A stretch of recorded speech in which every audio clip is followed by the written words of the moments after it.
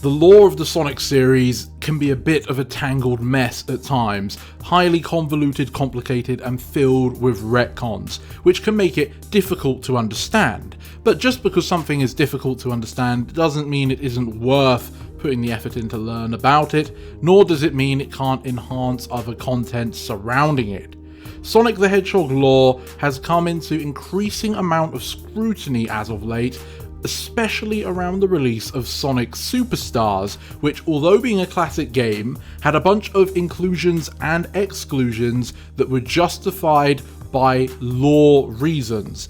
Story elements that apparently conflict with what could have gone into the games, and I believe that is why we see more people in the Sonic community now questioning the validity of Sonic lore and if it's been overly appreciated.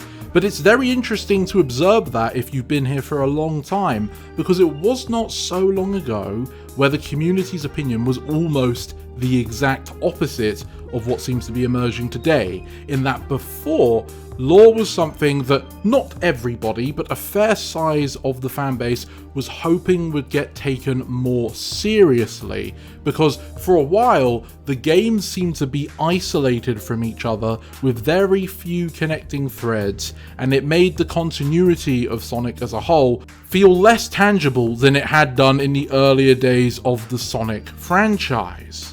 Now, I've actually done a video before about Sonic lore and why I believe it's actually a good thing for the series, so naturally going into a topic like this, my bias is lean more towards saying that the lore is important. But still, the question of the day is it too important now that it gets in the way? Are you someone that believes having Shadow in a classic game like Superstars would just be really cool and you want to see it, so it annoys you that because of lore reasons that cannot happen, since Shadow at the time of the classic timeline is frozen in space? Or are you someone that agrees with that reasoning and prefers the consistency? Are you someone that wants the games to be connected to each other, to follow a vague-ish storyline with a clear beginning and end point? Or did you prefer the approach, especially around 2010, where the main games were more just isolated scenarios that didn't have to rely on prior material? When it comes to video games, gameplay itself is paramount. If the gameplay isn't rewarding, fun, and engaging, then it probably doesn't matter how great the rest of your video game is. So when something like Sonic Superstars tells you that Shadow isn't going to be playable because of the timeline issue, I can understand why that gets people upset. Personally, I'm fine with it. There are plenty of other characters from the classic time period that also haven't been seen playable in an incredibly long time, and I think we've got enough room to experiment there without needing to pull from the modern cast in a classic setting. But obviously, that is just my opinion, and it's not any more valid than someone who would want Shadow. I would say though, if they were going to put Shadow in a classic game, don't bother classifying his design. He was made in Adventure 2 with modern design aesthetics. I think a classic Shadow would look pretty not good, so just put the modern looking Shadow in a classic game, because at that point having Shadow means you clearly don't care about the lore anyway, so why not have the modern design in there? It would be a nice difference in appearance. That aside, another instance in recent times where people have begun to complain a bit about the lore is Sonic Frontiers, and I've got a couple things to say on that. So for those who don't know, in Frontiers, a lot of the dialogue starts bringing up references to past games, and some of the radiant conversations Sonic will have to himself during gameplay even bring up characters from very niche aspects of the franchise, like Tangle from the IDW comics.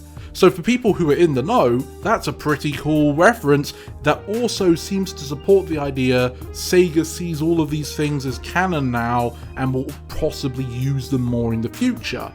If you didn't know about any of these things, they're just random name drops that mean nothing to you. That said, it doesn't necessarily take anything away if you didn't know what they meant, it just doesn't add anything extra. So I don't think that's a problem in and of itself. But here's the thing, if you joined around 2010, 11, 12, whatever, which is the time where Sonic was most about isolated storytelling, suddenly having Frontiers mention a bunch of stuff that have been ignored for the last 10 years is going to come off as a bit jarring. And even if you were playing before the 2010s, since it was such a long time since this stuff was referenced, you may still find it jarring to have so much of it mentioned all at once in one game. But I believe the point of that is Sega are trying to repair the shattered image of the continuity or the lore because of how long it's been left alone and mistreated or retconned. So this was an effort to really quickly, all in one go, bring things back up to speed so that moving forward we can get on with using the lore to our advantage rather than spending 3 games re-establishing things from years past. Was it done in the best way possible? Arguably not. But as I said before, I don't think it takes away anything even in its current implementation. And it adds things if you're aware of what it is, and the implication that they're going to try and take things more seriously, I think is a positive, because when you have a continuous storyline, or when you know that some things that happen now can impact the future, it just binds everything together. Disliking having an overarching story for Sonic has nothing to do with what time period you joined in. Sure, joining in a period of isolated storytelling might make you a bit more inclined to prefer that way, but we're all human beings. We've all got unique traits that affect our outlook. But one of the groups that dislike lore in Sonic are surprisingly, from the beginning of everything, the oldest of fans. Because in the classic era, the Western Sonic brand changed a lot of things with localizations and misconceptions, which to anyone in the West was just what Sonic was. But ever since the series merged with its Japanese side to become unified, there has been a wedge from old and new Sonic content that a lot of people have gotten past now, but some still hold on to. And even if they have moved past it, that doesn't necessarily mean that the imprints of the earlier days haven't stuck around. Simply put, some people really believe that Sonic was never about having a storyline and he was always just Saturday morning cartoon style character. And the manuals and other story bits that we got in the West, as well as the actual cartoons, helped support that idea.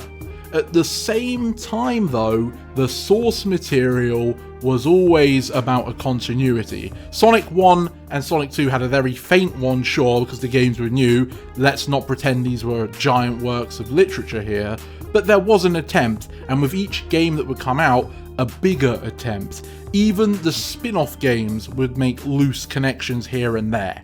Perfect chaos in Sonic Adventure is even alluded to in the manuals of Sonic 3 and Knuckles, at least in Japanese. Now, it's slightly different in the manuals because, of course, back in the day they didn't know what Perfect Chaos was or if they were even going to use him, but he's clearly based off this water dragon element that the echidnas talk about in those old manuals, which is an example of lore.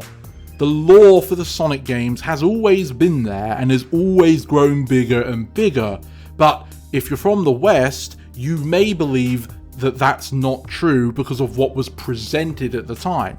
But we do just need to accept that the franchise has always used lore and continuity to its advantage, or at least it did until the 2010s changed that. So now, bringing us back to present day, Sonic Frontiers, Sonic Superstars have both chosen to do certain things and exclude others for the sake of maintaining lore and continuity with the past of the franchise. By doing this, we might get to see some bigger character arcs pay off for more interesting stories. For example, Shadow's going to be getting a lot of spotlight with the movie 3 coming out soon, and Shadow's games have always been about continuing his personal story. You don't have to like the game, but that's been a big driving force for the early 2000s Sonic narrative, following Shadow's developing story, and for a lot of people it was interesting. And on the gameplay side of things, when you're allowing yourself to pull from the past and bring things forward, you might be able to come up with a combination of familiar, nostalgic elements, but done in a fresh and new way, rather than literally ripping them out from the past and slapping them into the present. But that's only a possibility, because in Sonic Frontiers, we saw them take the past level designs like Skyrail from Sonic Adventure 2 and one-to-one implement them in the cyberspace levels. And this is kind of ironically the reverse of what I was saying about older fans and newer fans having their opinions here, where older fans probably didn't enjoy these repeated levels because it's the exact level we played before, probably ones we've played many times, arguably with controls that aren't as good. Whereas if you never played them before, suddenly this great brand new level is in Sonic Frontiers and it's, wow, really well designed. So yeah, it goes both ways, but I overall think you can get more out of keeping a lore consistent rather than having isolated games. You don't have to be one or the other. The Sonic franchise has alternated between both approaches many times, but I am okay with the fact that the franchise seems to be leaning more towards lore now. What about you? Where do you settle on this conversation? Do you think I'm correct in that the lore can provide more than it takes away? Or do you have a point of view I haven't considered yet? Please do let me know in the comments down below. And thank you for watching this video all the way to the end. If you've enjoyed it and want to hear more of this style of content, inform me about it and share the video around to others so that they can weigh in on the conversation. With that all said and done, I hope you have a great day and to see you next time. This is the Mighty Emperor signing off.